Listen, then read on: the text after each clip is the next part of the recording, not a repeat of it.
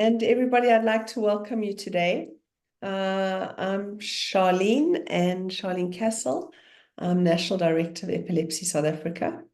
And with me today is Dr. Vuyiswe Mandita, a dear colleague and friend, and somebody I'm very excited to be doing our webinar series for women with epilepsy this month, being National Women's Month.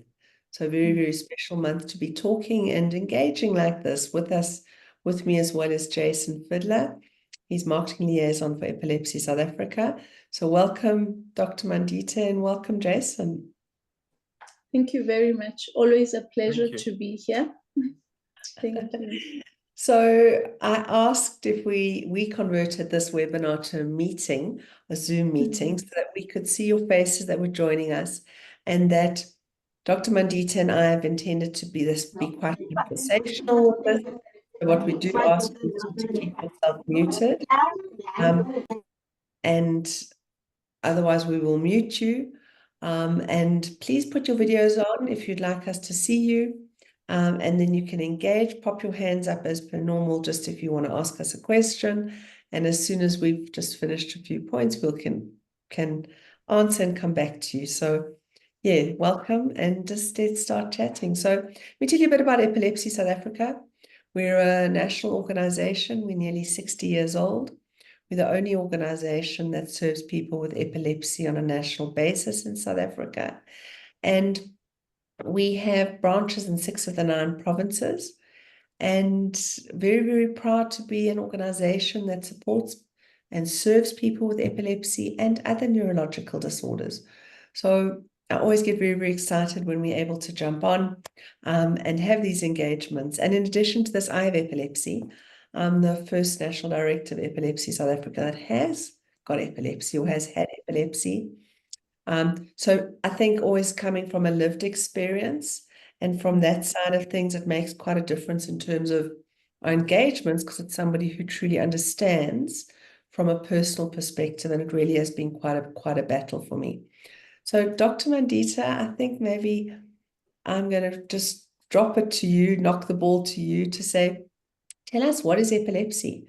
What is epilepsy? What is this thing that we all talk about? And what are the medical reasons for epilepsy? And if you can just go into maybe just touch on what is epilepsy, different types of seizures, and just let's create that as a platform.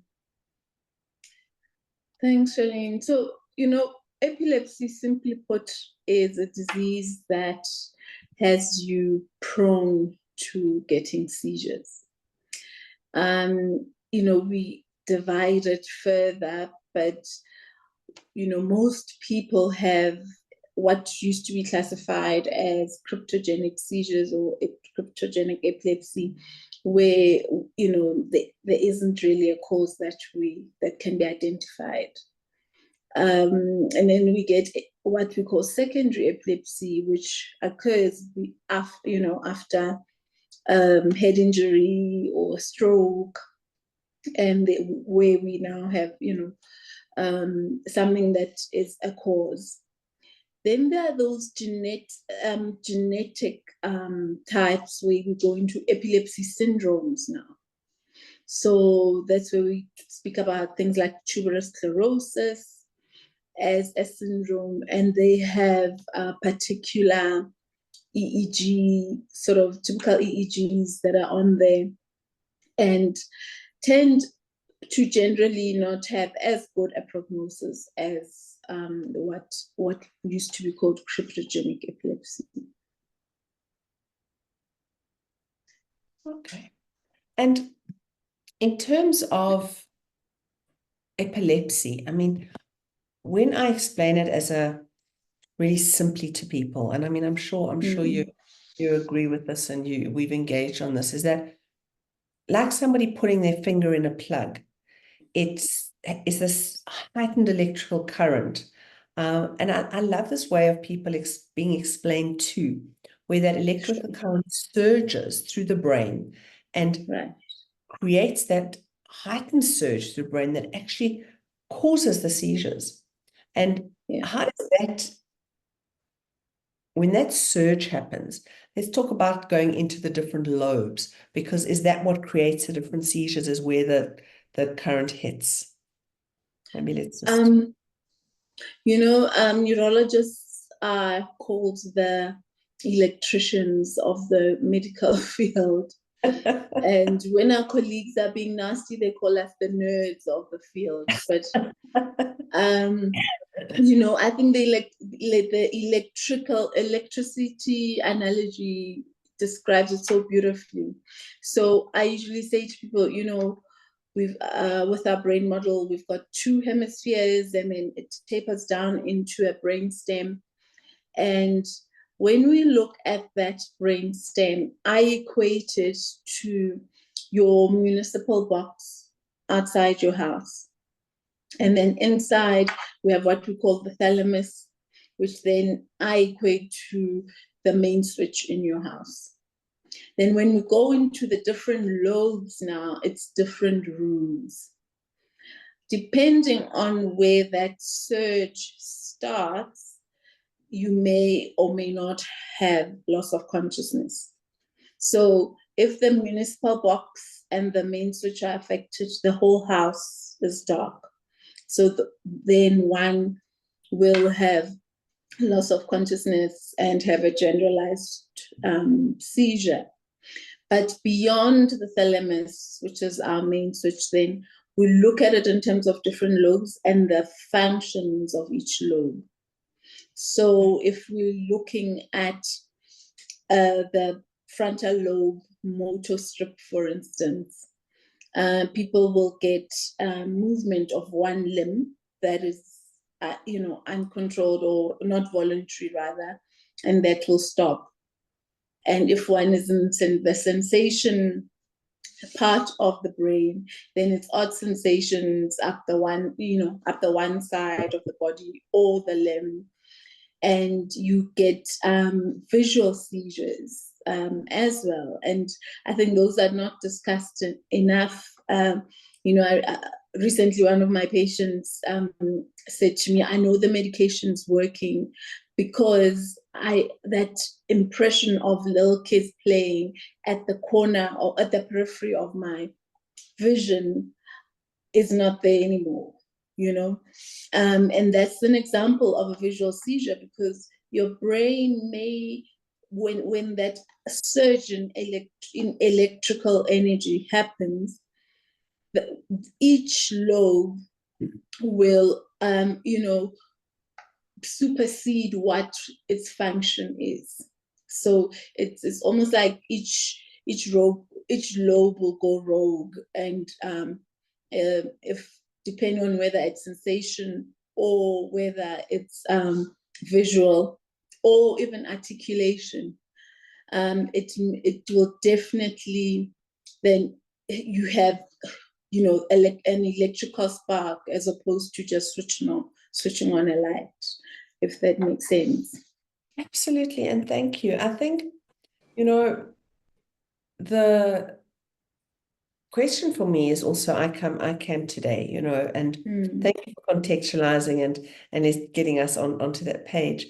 I think the question for me, and really the reason I wanted to just engage with you today, and the two of us were, let's do the series this month, is to talk about some critical topics. And I think one of the topics that really has stood out with our unemployment being, it's never been so high in South Africa. Our poverty rates are one of the highest in the world. We're living in a social economic climate in South Africa that is actually, we're living in really scary times, right? And we then are working with people with epilepsy, engaging with women with epilepsy.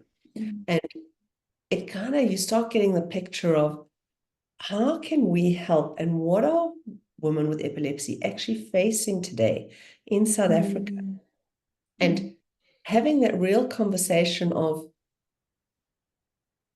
making people aware, dealing with the stigma, educating people to saying women can engage and create and make livelihoods as a woman with epilepsy.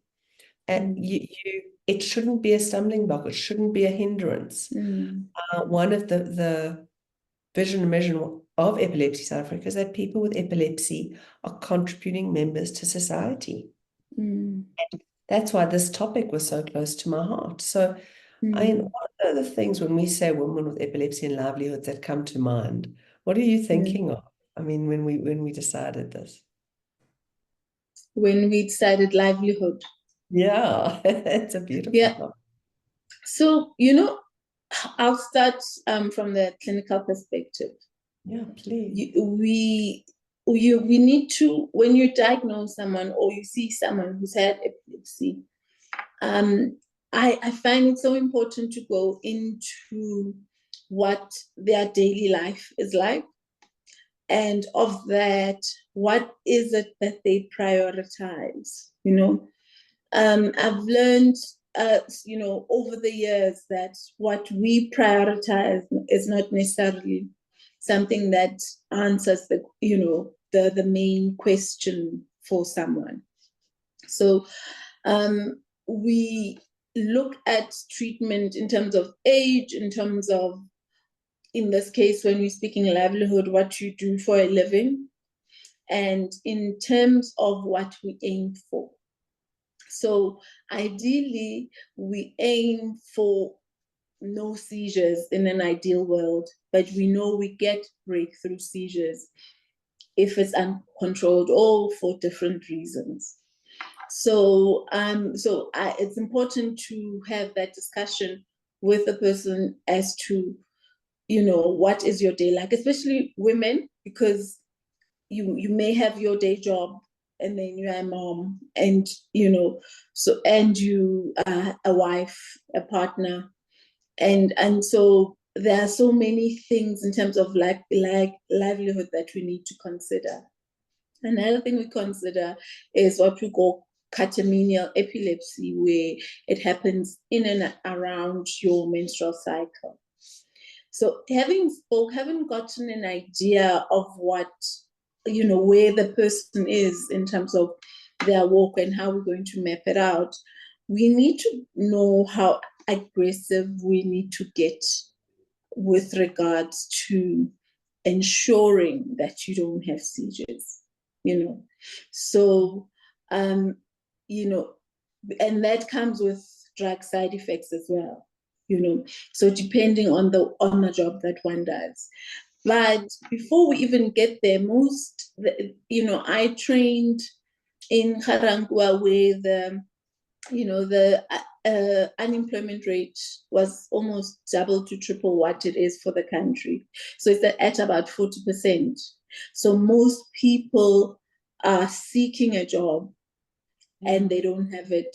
And a lot of the time, people are not accepted for those jobs when they do mention that they have epilepsy, And so that's where we then talk about how stringent we are going to be in terms of number of drugs, how far we're going to go to make sure that this doesn't happen.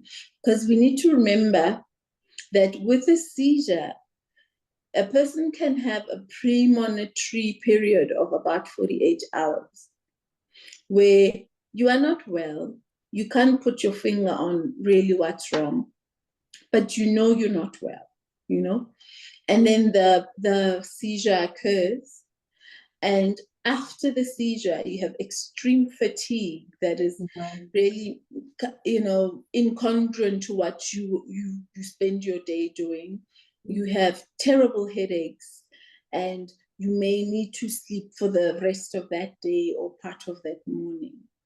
So when I say we decide how aggressive we're going to be with regards to treatment, that's what we have in mind, that there's that 48-hour premonitory period, the seizure, and probably 2 days after of recovery.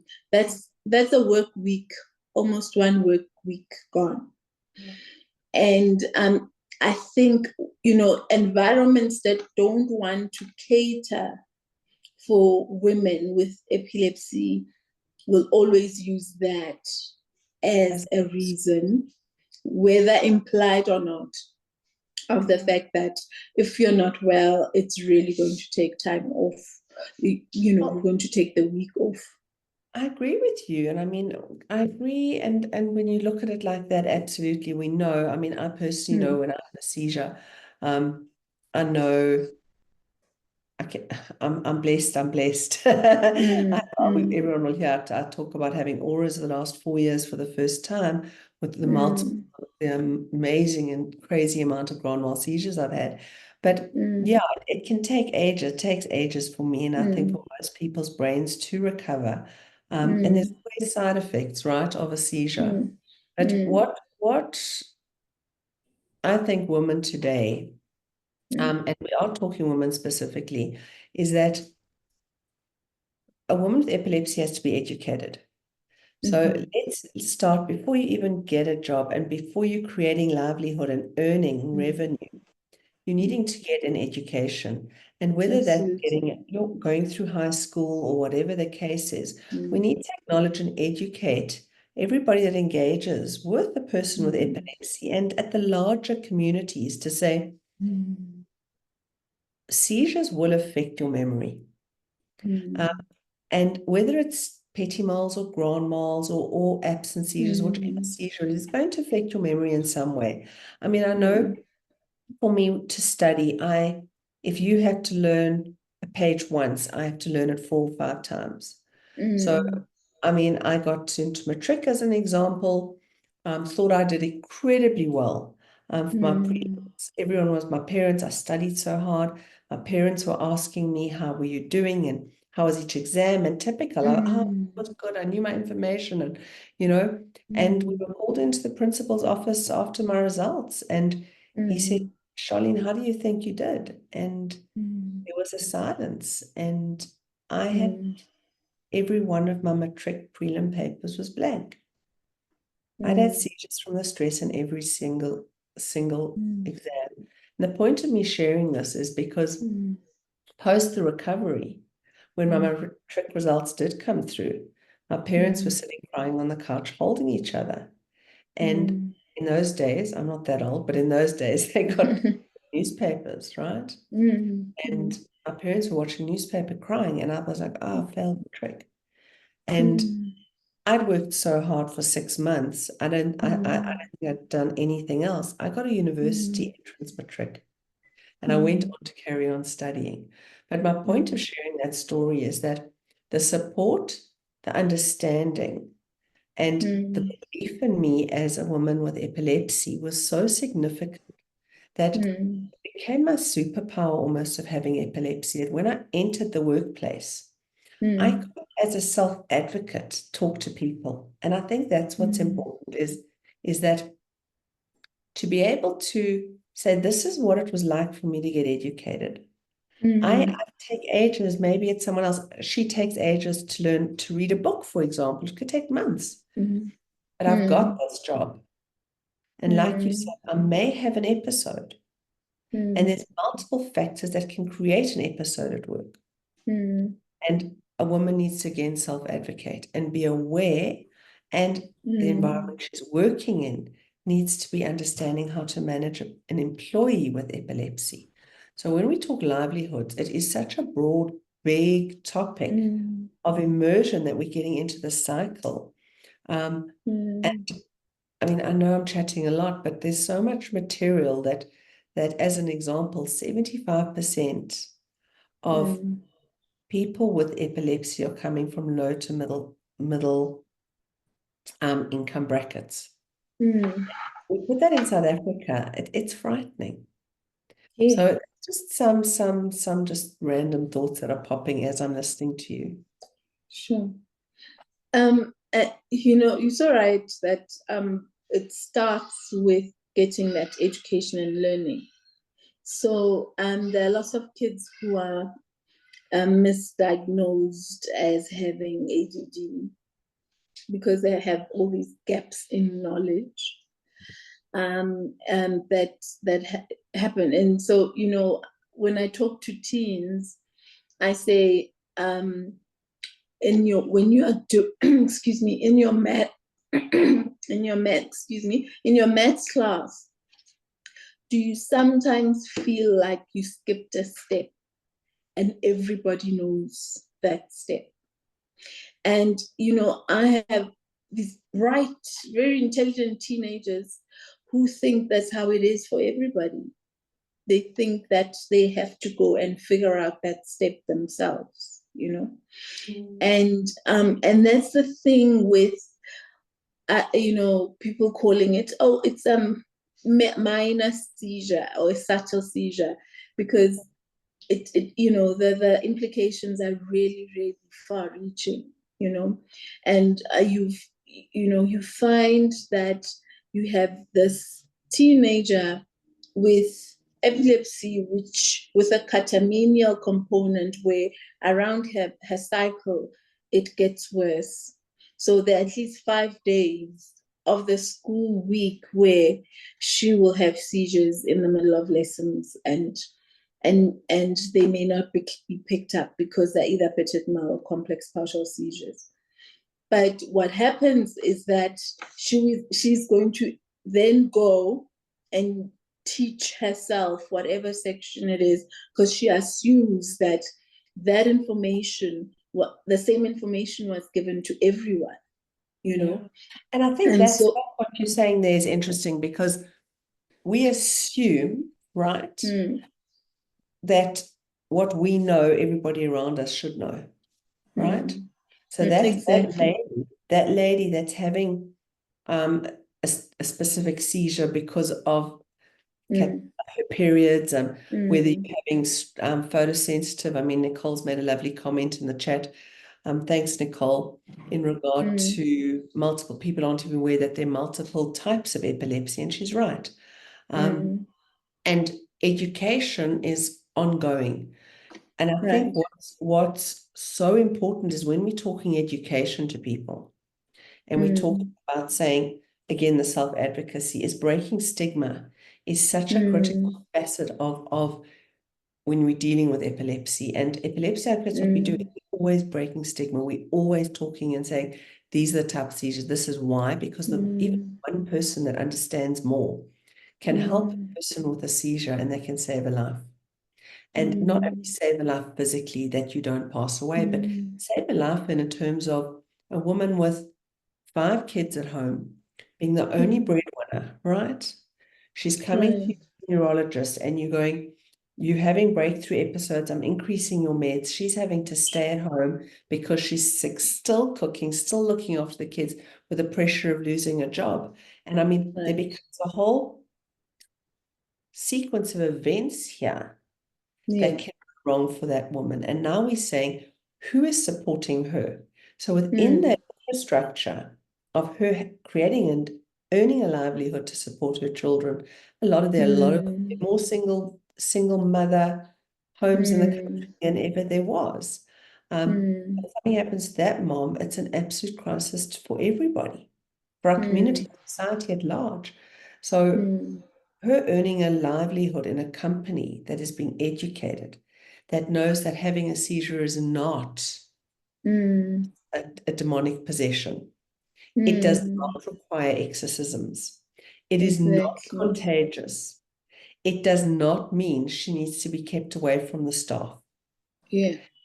All these things start compounding that how can a workplace support a woman with epilepsy that is working?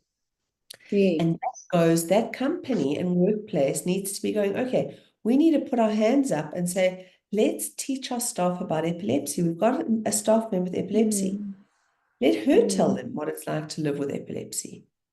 I only started speaking about my epilepsy probably 12 years ago. I never spoke out about my epilepsy. I kept it very private in my family.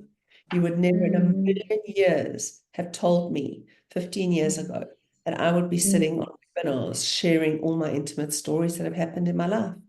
But what I do know is that now sharing my stories and sharing lived experience is giving somebody hope.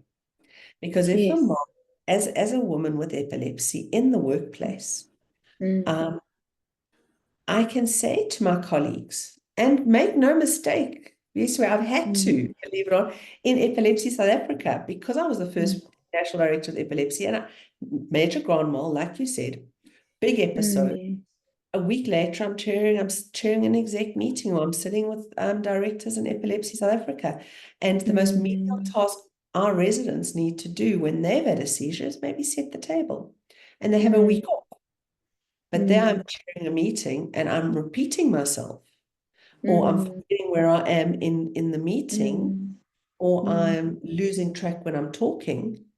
And I have to stop and say to everybody, I need to teach you what's going on here.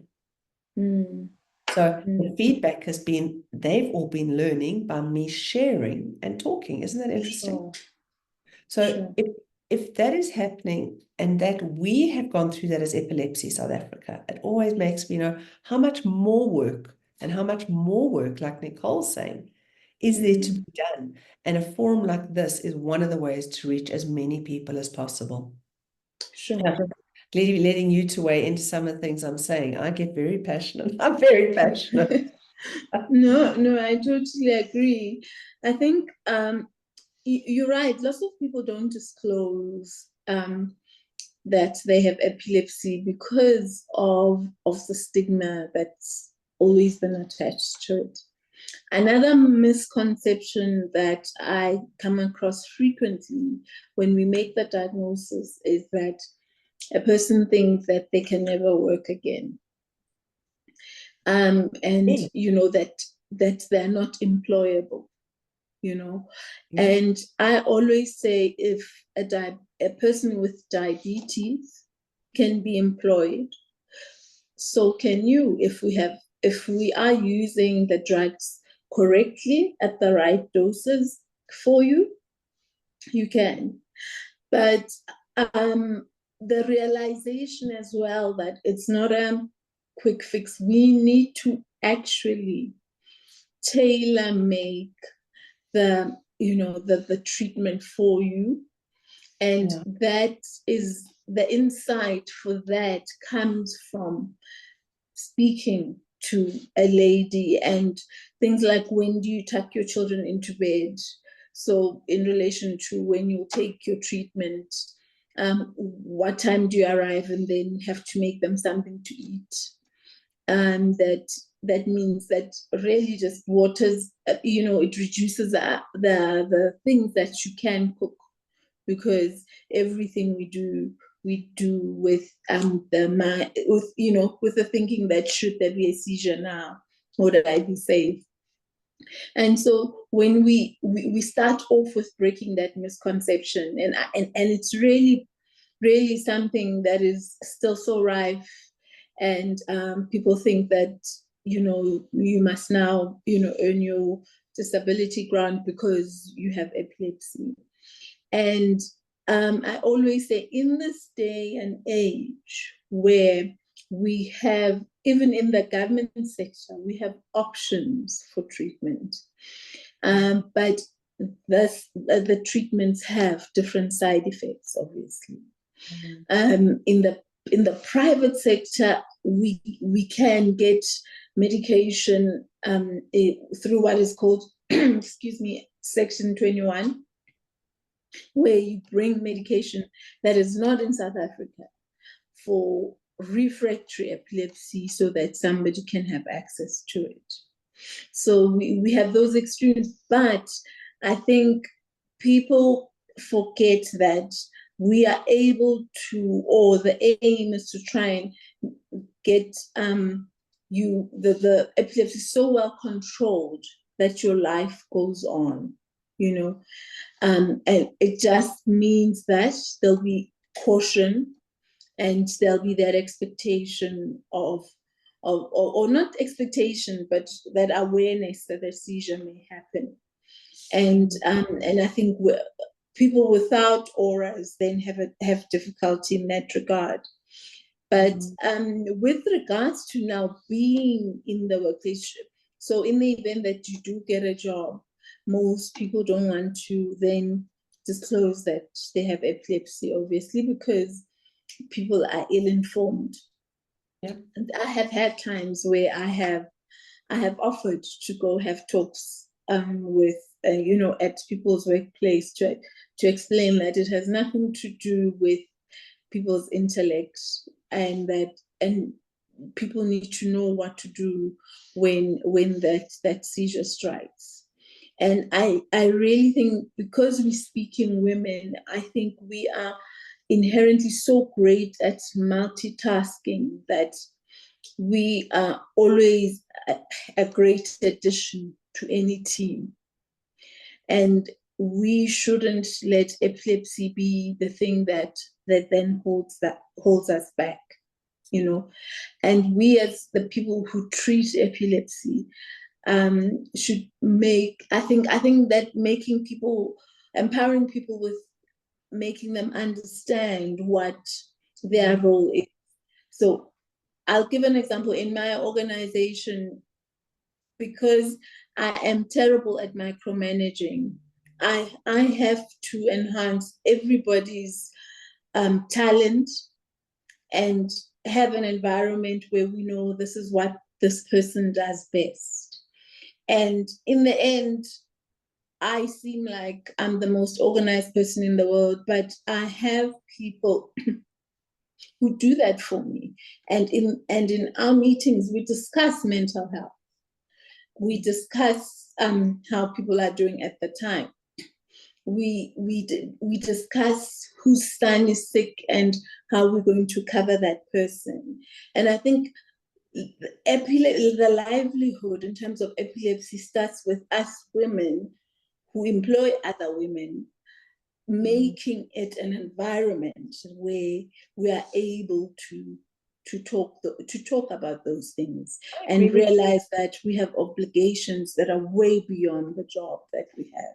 And I think you're hitting something so important here, is that supporting each other as women with epilepsy is so important. Because I understand how difficult it is to be speaking about. When I've met somebody else with epilepsy, I kind of go, "Oh, you've got epilepsy." It's ridiculous, because I get so excited when someone says to me they've got epilepsy, because I can start chatting to them and I can find out if are they managing with this, how they're managing with that. What I can say, well, this has worked for me, this hasn't worked for me. And one of the things I really know is, through all the years with my hormones changing, and I often feel like, and Dr. Madita, you understand this, I feel like an experiment often, because I'm on a certain regime of anti-epileptic drugs, bearing in mind there's always side effects, and there's often another neurological disorder that shows itself with epilepsy. And suddenly I'm breaking through for no reason, because maybe my estrogen's low, or I'm stressed, or I'm not sleeping, or because I'm so stressed at work, I'm not sleeping, whatever it is. And I have these breakthroughs, and then to be able to speak to another woman and going, well, what's happened with you? How are you managing this? And I think that's you really, and employing women with epilepsy, giving an environment that's more conducive to support, I think is also really important. One of the things is also, like, people will hear me say a lot, is we can't expect people just to take time to read up about epilepsy or any other neurological disorder that doesn't affect them. Sure. Somebody's got to want to learn, right? Right. And if you're saying at work, I have epilepsy and I need, it's a very different conversation, because then your employer is going to be saying, well, if you need, we can do this, and we need to do X, Y, and Z. Please tell us what you need and why. But a beautiful opportunity, if one woman at work speaks to one person, that person's going to speak to one. Suddenly, the circle of people that are learning about epilepsy and how to support you is so large. And it really, really becomes really powerful.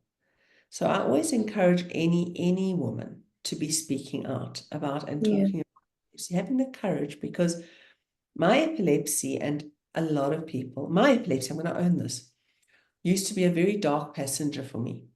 And I can tell you, I wear my epilepsy, and I'm proud of having epilepsy. It's really hard. And I say I'm proud because I am actually not defined by my epilepsy, but it's created a tenacity. It's created even, I believe, more determination. It's made me drive that much harder. And I can say to you that you don't overcome epilepsy. You have epilepsy, it's part of you, but it's how you embrace your needs that you need to manage. So I really own and embrace having epilepsy today. And I'm sure you see that with your patients. Well, you probably encourage it. I mean, you're a unicorn as a neurologist, because I always say that to you, because you deal with the whole patient that's sitting with you. I think, the solutions to women in women who have to make a living despite living with epilepsy. I think the solution comes from ought to come from other women. Like, we have this tendency to want to expect the government to do certain things, to expect other people not to have stigma.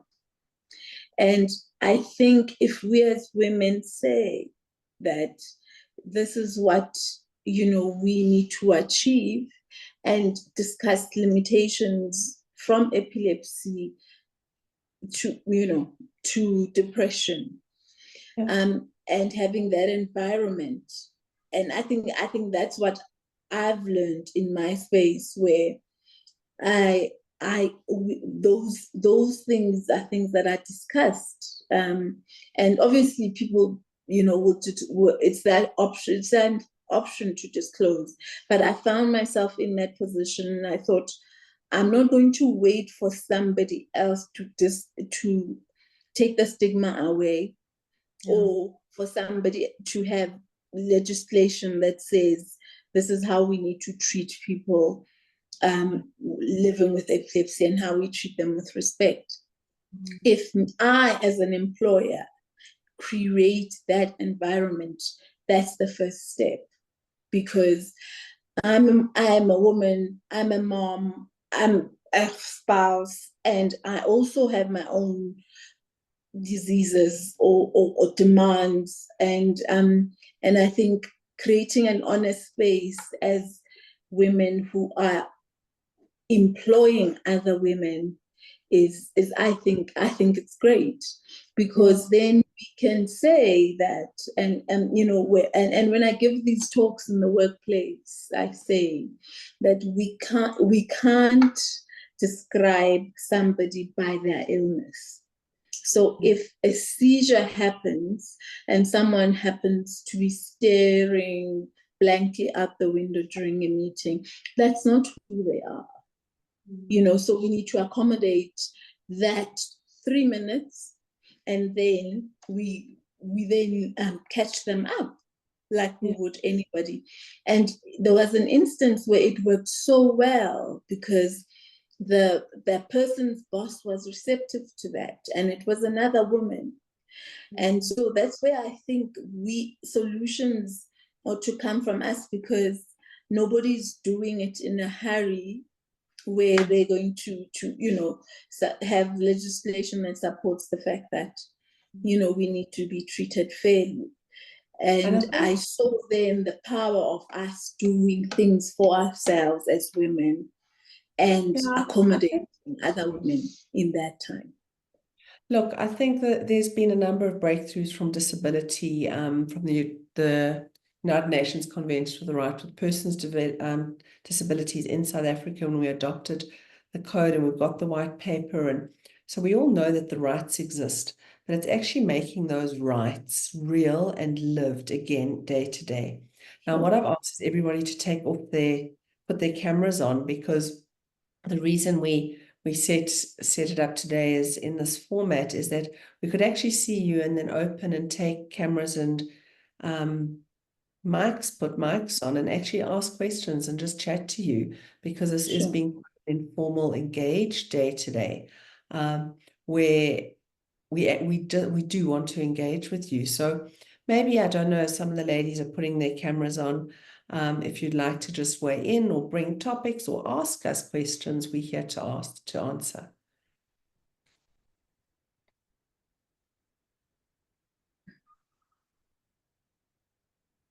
Is there anybody specific? Ah, Nicole. hello. Hi, Yes. Nicole. Sorry. Can you guys hear me? Yes. Yeah. Yes. Okay, cool. Sorry, my microphone's always weird. It's so nice to put a face to you, Nicole. I've seen Thank your name you. in two places now. Yes, So, I'm all over the place, honestly. No, it's really exciting to have this discussion, to have an open floor to discuss things like this, because it is so frustrating working with people who don't know. And it's not like you can't blame them, because it's not like, what did we learn in LO? We learned about AIDS, which is important, but we also learned about like not much else, life orientation in school. So to learn more about this type of stuff is really important, and to educate people, for me, that's a big thing. I have mad skills in animation and design, so I'm working personally. It's a little project while I'm doing everything else that I do, to animate explainer videos, but like short, not TikTok style, but like stuff that will reach people, younger people, everyone on social media, reach them and explain conditions like epilepsy. Because my favorite thing is, oh, I have epilepsy. And then people are like, there's flashing lights. And I'm like, no, calm down. There's different kinds. It's a spectrum of different types of epilepsy in different parts of the brain. Just breathe. yeah. Yeah. I think I've that's got, interesting. What Nicole, just to jump in, Nicole, is you know, the common knowledge is people will see, okay, it's flashing lights, you have epilepsy, you're gonna have a seizure, right? Yeah. But I had a very interesting experience recently, and I had a long-term EEG, and they actually bandaged my whole head. So I had 28 nodes attached. I had full bandages. And what was really interesting is I did a couple of talks like this, and I was engaging in a couple of forums, and people couldn't start the meetings without spending 15 minutes on discussing about my epilepsy. And the reason I sat back, I got quite affected by it as a woman, and I sat back and I was like, what happened yesterday? And what happened is my invisible disability was made visible. Yeah. Isn't that profound? My invisible disability was made visible. And people actually realized that epilepsy is a disability. And I think that is what is really needed. I know, welcome, Sune. I see you there now as well. It's lovely to see you. But some of us are moms with children with epilepsy, and that'll affect us in a different way. I know Sune's background quite well, and as example, I know moms who have children with epilepsy, like Sune, who can't go to work because their children have such serious epilepsy. So it really is difficult. And often what I recommend, if somebody does have epilepsy, is to find a skill set or find a job that accommodates you, that you can do. So if you have epilepsy, don't apply to be a driver. If you know you're going to be working in a factory, don't work in a factory where you know you can have your hand cut off if you have a petit mal seizure. So work in places that you can manage and know you're safe and other people are safe. It really is important. The other thing in the workplace that I always get asked, what's a reasonable accommodation for a person with epilepsy? Because they don't understand, they can't see this disability, they can't see what's going on. And one of the things is you might not have photosensitive epilepsy, which is flashing lights, but screens, doesn't matter how evolved screen technology is, your brain does not switch off from screen exposure. So if you're spending, like I spend a lot of time on screens, my brain takes a lot longer at night to come down from the activity of sitting in front of screen. I mean, Dr. Mandita, I'd love to hear more on that from you as well, because in work, that's a reality. Our worlds are screen-based now. You know, I think for me, the discussion I always have, you know, when we speak about neurological conditions that we have to live with, is we have a, every disease has a lifestyle solution as well as medication. So we need to do an inventory of what's your brain health? How many hours do you sleep? Are they uninterrupted? Do you snore? Are you waking up tired? Are you waking up with sore muscles? Do you have a hobby? And a lot of adults say no, because we don't have time for that. But the chemistry of having a hobby is really like an extended dopamine surge that one would get from, I want a McDonald's, I want to go have a cigarette, I want to, it's a healthy way of reducing excitatory neurotransmitters, stress hormones, reducing cortisol. But the other thing is having a winding down routine. And here I speak to myself as well, because generally as moms, you leave work to go and do your other job, and be a mom there, and make sure that things are done in the house. But like, what is your routine?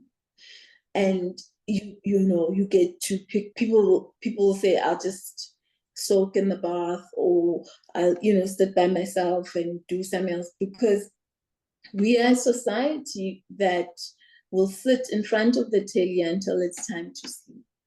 And so that means your pineal gland, which is what produces melatonin, in response to a room, in response to a room being dark, does not produce it. And if that has been a habit for a major part of your life, it's almost like you have to teach yourself how to sleep again. And epilepsy, we know, if you have epilepsy and you're sleep deprived, you're going to have seizures. It's not, are you maybe, why is there, am I not at risk? You are at risk. Sleep absolutely. And seizures go hand in hand. You can see neurologists nodding and going, yes. Because in fact, it's your brain has to go down. If you're dealing with, like we know, epilepsy, heightened electrical current in your brain. If you're not bringing that down, you're pushing it up. It's just logic. And I think that's where, because you again can't see epilepsy, you need to remember that this organ, the largest organ of the body, is the one that's out of sight. And you can't take for granted that you know what's going on, because you don't. Sleep is something you control. You can control having a medication. You can control eating correctly. You can control your routine. You can control if you are moving during the day, exercising.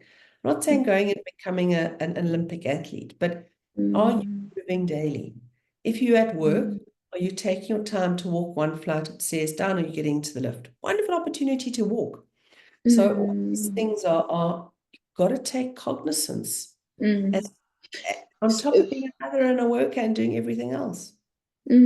So that brain health aspect is really important, and the cardio as well. Trials do say, if you do 30 minutes of cardio minimum 3 times a week, you improve your brain health. And so I like to speak about how we can incorporate that into our day, because it's not sustainable for everybody to go for a run and go to the gym.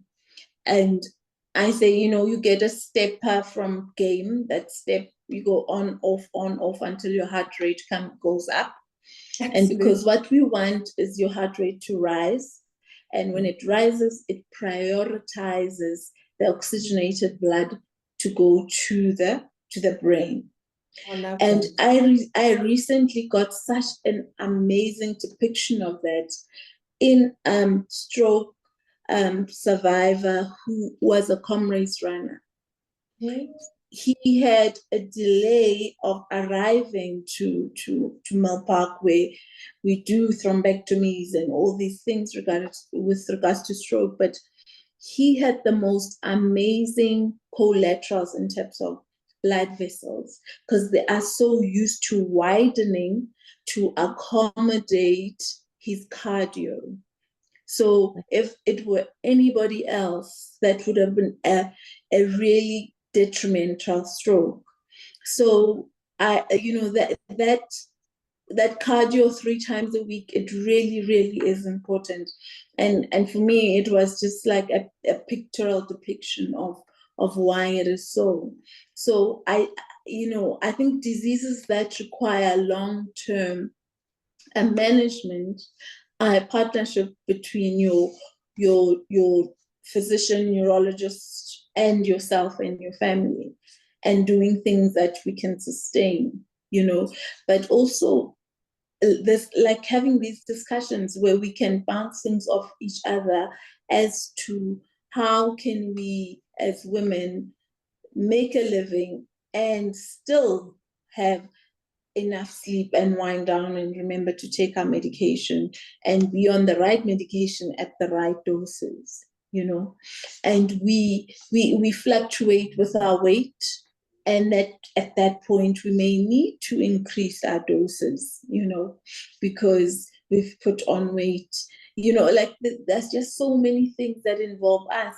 For instance, with catamenial epilepsy, where it's worse around your cycle, we actually give 7 extra tablets to protect you in that period, so that the seizures are not almost guaranteed that they will happen, And I've had a patient who had clear catamenial epilepsy, and it was other women who said to her, you know what, we've all had our periods since we were 12, like, just grow up and move on, after having explained why it happens.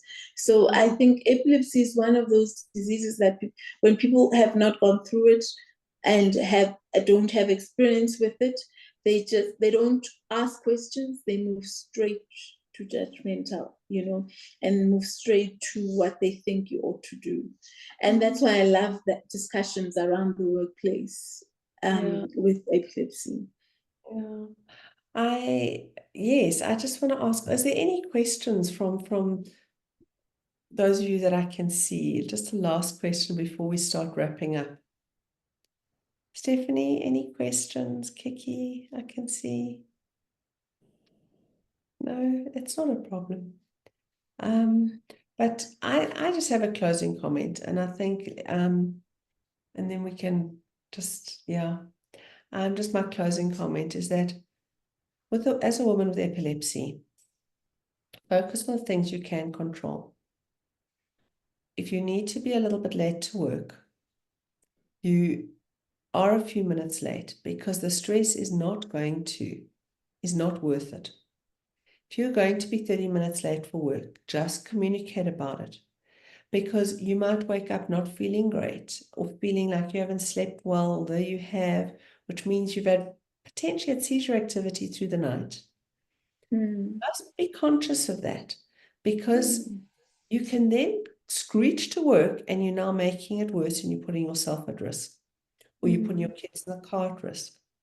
So just my closing message as a woman is just be conscious of what's going on with your body. Be aware of all the things around you can control. And the things you can't control, really try to know that you can't control them, and that you can actually then let that go, so it doesn't cause you more duress. Because the more stress you're under, the more you're at risk of having a seizure. I've got a hand, sorry.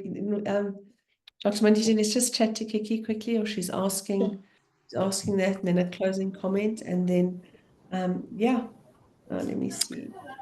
Hi. So just a quick question, if anybody has any tips. So the doctors have said that I'm okay to drive.